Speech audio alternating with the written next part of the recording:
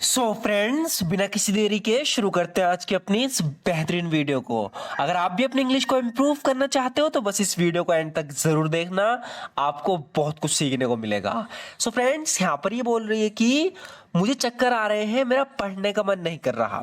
अब यहाँ पर ये दो बात कह रही है, एक तो कह रही है कि मुझे चक्कर आ रहे हैं और दूसरा मेरा पढ़ने का मन नहीं कर रहा है। इसे इंग्लिश में हम सिंपली बोलेंगे आई एम फीलिंग डिजी। डिजी का मतलब होता है चक्कर आना। आई एम फीलिंग डिजी, मुझे चक्कर आ रहे हैं। I don't feel like studying, मेरा पढ़ने का मन नहीं कर रहा। आज की छुट्टी ले लो, आज की छुट्टी कर लो। इस तरीके से हम बोलते हैं ना कि आज की छुट्टी कर लो, काम पे मत जाओ। इसे इंग्लिश में बोलेंगे just take a day off today. Just take a day off today, यानी आज की छुट्टी कर लो।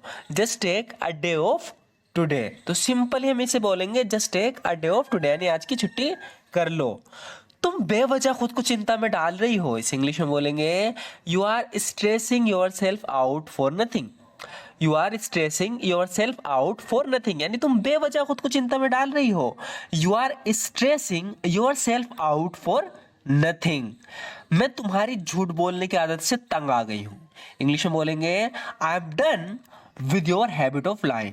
वैसे इसका कई तरीके हैं बोलने के, लेकिन मैंने पहले बताया कल या परसों की वीडियो में कि हम बोलते हैं ना आई एम डन, तो इसका मतलब होता है कि बहुत हो गया, मैं तुम्हें नहीं झेलने वाली। आई एम डन, डन, तुमसे खत्म है सब कुछ, बहुत झूठ बोल रहे हो तुम। तो कह रही है कि I am done with your habit of lying, यानी तुम्हारी झूठ बोलने की आदत से मैं तंग आ गई हूं।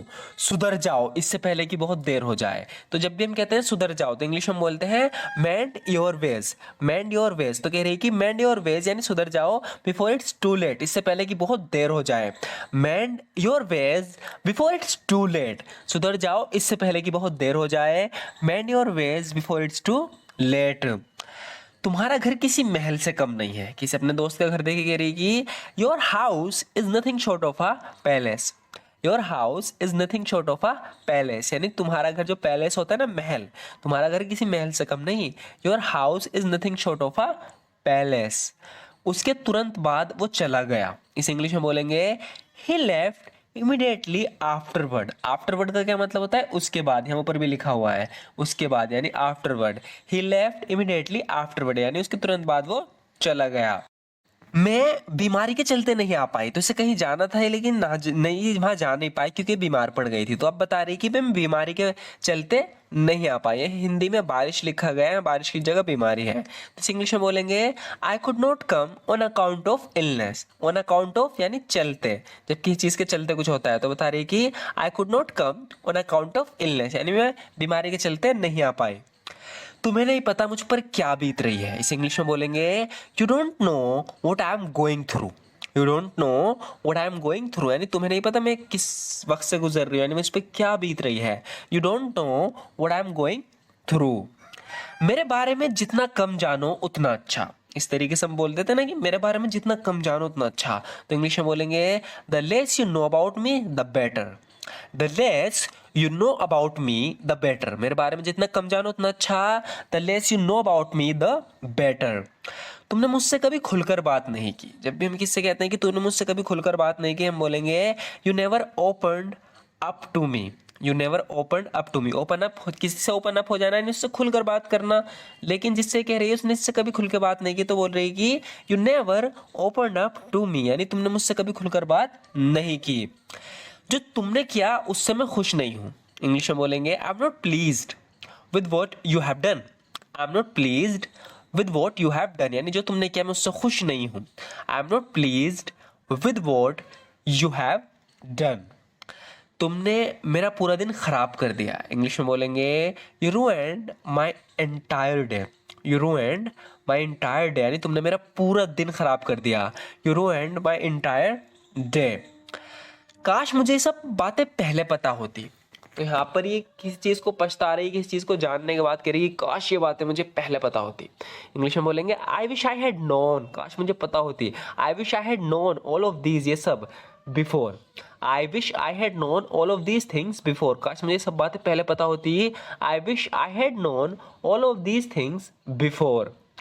मैं जानती थी कि वो अपने वादे से मुकर जाएगा। कोई अपने वादे से मुकर गया तो कह रही है कि मुझे तो पता था वो ऐसा करेगा। इंग्लिश में बोलेंगे I knew he would go back on his promise. I knew, मैं जानती थी, he would go back on his promise. कई बार बताया जब भी पास्ट में हो तो हम विल का यूज नहीं करते, वुड का यूज करते हैं। तो आई नो पास्ट में कि आई न्यू मैं जानती थी, he would go back on his promise कि वो अपने वादे से मुकर जाएगा।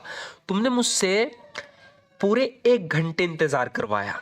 यहाँ पर इसका इंतजार कर रही थी, काफी देर बाद आया तो क्लस रही करी कि you made me wait for whole hour, you made me wait for a whole hour, यानी तुमने मुझसे पूरे 1 घंटे इंतजार करवाया।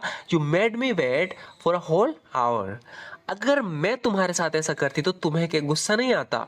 कह रही कि if I did that with you wouldn't you get angry, if I did that with you wouldn't you get angry. अगर मैं तुम्हारे साथ ऐसा करती तो तुम्हें गुस्सा नहीं आता? If I did that with you wouldn't you get angry. एक बार मेरे साथ भी कुछ ऐसा ही हुआ था। यहाँ पर कह रही कि I had a similar experience once too, I had a similar experience once too, यानी एक बार मेरे साथ भी कुछ ऐसा ही हुआ था। I had a similar experience once too. First time I came here, पहली बार जब मैं आई थी तो first time I came here I was only 5 years old, तब मैं सिर्फ 5 साल की थी। हालांकि ये जगह अच्छी है, मुझे पसंद नहीं है। जब भी हम इस तरीके से बोलते हैं कि इस चीज़ को कहते हैं कि हाँ ठीक है लेकिन मुझे पसंद नहीं है, तो ये जगह के बारे में कह रही है कि हालांकि ये जगह अच्छी है, मुझे पसंद नहीं है। तो इसके लिए हम हालांकि के लिए यूज करेंगे ऑल्दो का। Although this place is nice I don't like it, Although this place is nice, I don't like it. हालांकि ये जगह अच्छी है, मुझे पसंद नहीं है। Although this place is nice, I don't like it. ऐसे भी कह सकते हैं हम, although की जगह दो का भी यूज कर सकते हैं। Though this place is nice, I don't like it. Though this place is nice, I don't like it. सच कहूं तो मैं इस जगह से बोर हो चुकी हूँ, यानी यहाँ कई बार आ चुकी है तो इस जगह से बोर हो चुकी है। बता रही है कि ऑनेस्टली, देखो जब भी हम कहते हैं सच कहूं तो इसे कई तरीके से एकदम कह सकते हैं to be honest with you, या हम कहेंगे सिर्फ ऑनेस्टली, यानी हम सच कह रहे हैं, हम सामने वालों को यकीन दिला रहे हैं कि सच कहूं तो बिल्कुल सच बोल रहा हूं मैं। Honestly I am bored of this place, honestly I am bored of this place, सच कहूं तो मैं इस जगह से बोर हो चुकी हूँ। या हम ऐसे भी कह सकते हैं कि टू बी ऑनेस्ट का मतलब होता है सच कहूं तो, to be honest I have become bored with this place, to be honest I have become bored with this place, सच कहूं तो मैं इस जगह से बोर हो चुकी हूँ। यह हम कुछ इस तरीके से कहते हैं if I tell the truth, अगर मैं सच कहूं तो, if I tell the truth, अगर मैं सच कहूं तो, I am fed up with this place, कि मैं जगह से तंग आ चुकी हूँ, फेडअप हो चुकी हूँ, यानी बोर हो चुकी हूँ, ऊब चुकी हूँ। फेडअप का यहाँ पे जो मतलब निकलेगा ऊबना, ऊबने का मतलब होता है बोर हो जाना। तो कह रही है कि if I tell the truth, अगर मैं सच कहूँ तो, I am fed up with this place, मैं इस जगह से ऊब चुकी हूँ, बोर हो चुकी हूँ। तो हम इस तरीके से कह सकते हैं टू बी ऑनेस्ट, या हम कह सकते हैं ऑनेस्टली, कहने का वो मतलब है कि सच कहूँ तो।